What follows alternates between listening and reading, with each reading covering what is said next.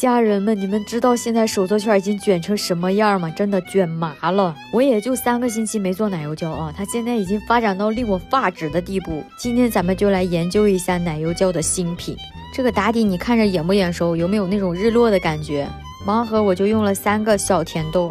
还记得最开始入坑的时候，其实我是看到别人做奶油胶手机壳特别好看，但是当我入门的时候，我就发现奶油胶的入门真的太难了。它不是说你1、2天就能把它给做好的。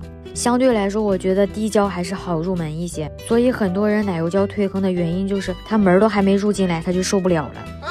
还好我是滴胶跟奶油胶穿插着做，不然的话我也得疯。今天这个东西的重点啊，就是在这一步。你没看错，就是收纳盒的侧面啊，整活儿。我真的很担心有一天会发展到360度都得做奶油胶。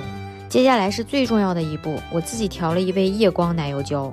但是我也不知道能不能成功呀。管它3七21，先给它画上吧。一下子啊，我就穿越回了30年前，因为这是我学琴班最喜欢画的一些图。你们看着整个过程也就1分半钟，但实际上我差不多花了2个小时才把这个品给做完。这是一个可以360度转的收纳抽屉。OK， 接下来我们一起来检验一下夜光效果到底成功了没？3、2、1。